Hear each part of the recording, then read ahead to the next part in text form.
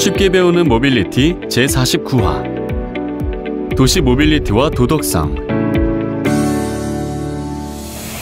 20세기 초 독일의 철학자 게오르크 짐멜은 당시 급성장하던 대도시를 놀라운 눈으로 바라보았습니다.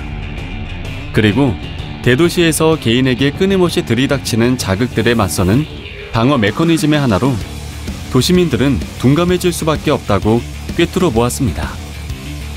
이런 통찰은 도시가 그저 많은 사람이 모여 사는 장소를 넘어서 사람들의 감정, 생각, 상상, 도덕에 엄청난 영향을 미치는 장소라는 것을 시사합니다. 짐멜로부터 한 세기도 더 지난 지금 도시의 삶은 짐멜이 관찰한 시대와는 비교할 수 없을 만큼 복잡하고 빨라졌습니다. 이제 도시에서 태어나고 자란 사람들은 이런 도시적 삶에 익숙하기 때문에 짐멜이 느꼈던 놀라움조차 느끼지 못할 것입니다. 전 세계는 점점 더 도시화되고 있습니다. 유엔에 따르면 현재 세계 인구의 절반 이상이 도시에 거주하고 있습니다. 2050년이 되면 그 비율이 거의 70%에 달하게 될 것이라고 합니다. 따라서 모빌리티를 사유할 때 도시에 초점을 맞춰 볼 필요가 있습니다. 여기에서는 모빌리티 인문학 연구원에서 2024년 번역 출간한 도시 모빌리티와 도덕성이라는 책을 소개하고자 합니다. 미국의 철학자 쉐인 에프팅의 이 책은 도시 모빌리티를 철학적이고 윤리적인 차원에서 접근하고 있습니다. 도시 모빌리티를 도덕이라는 눈으로 보면 우리가 보지 못하던 수많은 문제가 드러납니다.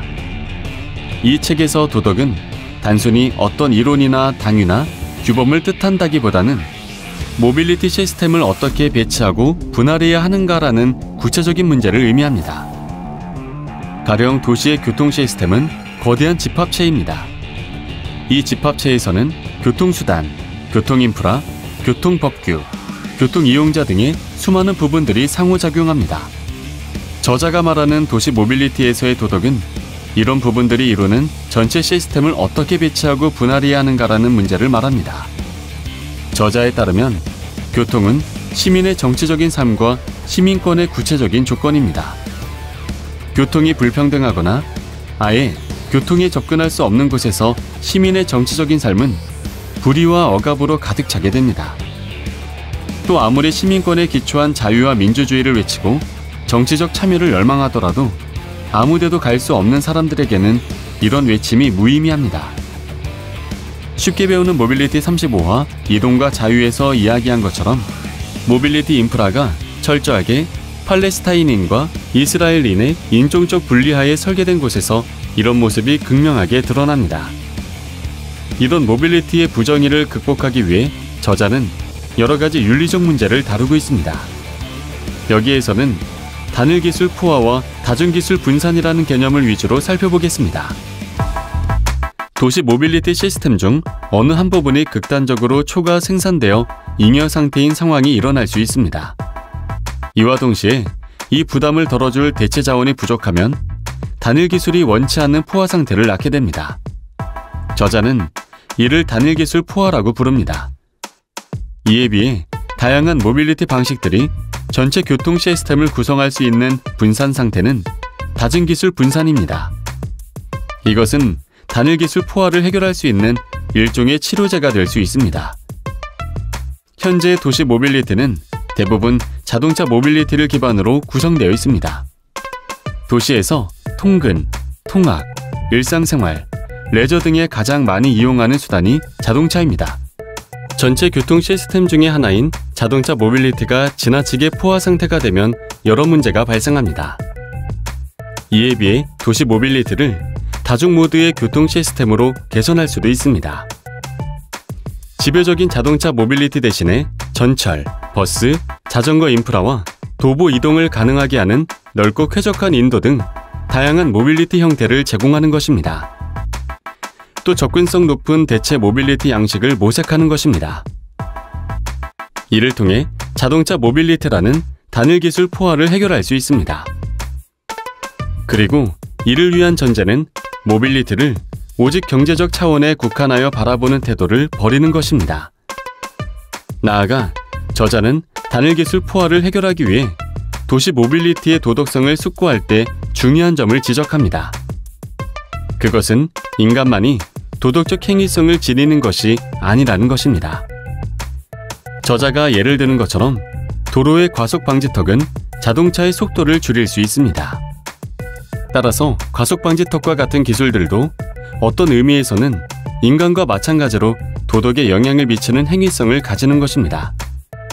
저자는 나아가 기술뿐 아니라 인간 아닌 생명들도 이런 의미에서 도시 모빌리티의 도덕과 관련된 도덕적 행위성을 지닌다고 말합니다. 저자는 이런 관점에서 약한 인간 중심주의를 주장합니다. 이것은 인간만을 도덕적으로 고려하는 강한 인간 중심주의를 극복하기 위한 것입니다. 그러면 인간의 이기주의를 벗어나 비인간을 고려하는 생태주의로 나아갈 수 있습니다. 약한 인간 중심주의는 여전히 인간을 우선적으로 고려한다는 면에서는 인간 중심주의입니다. 그러나 기술이나 생태를 비롯한 비인간 존재가 지니는 가치도 도덕적으로 고려한다는 면에서 약한 인간 중심주의입니다. 이것은 겸허한 양보를 통해 인간 아닌 존재를 도덕의 영역으로 끌어들이면서도 도덕적 우선순위 문제에 있어서 인간을 비인간의 아래에 두는 실수를 피할 수 있습니다. 고속도로를 만들 때 야생동물들이 지나가는 길을 마련함으로써 로드킬을 최소화하는 것과 같은 고려가 바로 약한 인간 중심주의를 잘 보여주는 예입니다. 따라서 저자는 약한 인간 중심주의에 입각하여 도시 모빌리티를 고려할 때 5가지 범주 간의 도덕적 순서를 고려해야 한다고 말합니다. 이 범주들은 소외되고 취약한 사람들, 공중, 비인간, 미래세대, 도시의 인공물입니다. 예컨대 취약하고 소외된 사람들을 먼저 고려한 다음 그 결정이 공공의 어떤 손해나 이익을 가져오는지를 판단해야 합니다. 그리고 이어서 비인간의 생명, 미래세대, 도시 인공물 순서로 차례대로 관심을 돌려야 한다는 것입니다. 이 책의 저자는 더불어 살아가는 도덕적 가치를 실현하는 도시 모빌리티 시스템을 만들기 위해 무엇을 해야 하는지 묻습니다. 그리고 이를 위해서는 먼저 교통을 비롯한 도시 모빌리티를 단순히 목적지까지 이동하는 수단이나 두 지점 사이를 왕복하는 수단이라고 생각하는 것이 아니라 인간의 문화를 이루는 중요한 차원으로 생각해야 한다고 주장합니다. 그래야 비로소 도시 모빌리티에 대한 새로운 차원의 의미를 발견할 수 있다는 것입니다. 도시 모빌리티의 이러한 새로운 의미 중 한 가지는 바로 모빌리티 정의입니다. 그리고 모빌리티 정의를 구현하기 위해서는 특히 도시 모빌리티 주변부에 있는 사람들을 더 배려해야 합니다. 자동차를 안전하게 운전하기 어려워서 세상과 단절되는 수많은 노인들, 대중교통에서 차별받는 장애인들, 점점 더 위험한 상황에 처하는 자전거 이용자와 보행자들, 이동수단이 마땅치 않아 하루 일과 중 절반 이상을 직장과 집을 오가는 데에 쓰기 때문에 빈곤에서 벗어나는 것이 더욱 어려운 가난한 사람들, 이런 모빌리티 약자들을 도덕적으로 적절하게 배려할 때 도시 모빌리티는 사회적으로 정의롭고 지속가능한 미래를 만드는 도덕적 시스템이 될 수 있습니다. 마틴 루터킹은 정의 실현을 오랫동안 지연시키는 것은 정의 실현을 거부하는 것과 다르지 않다는 명언을 남겼습니다. 그렇다면 도시 모빌리티를 더욱 정의롭게 만들기 위해 시민들이 나서야 할 때는 바로 지금이 아닐까요?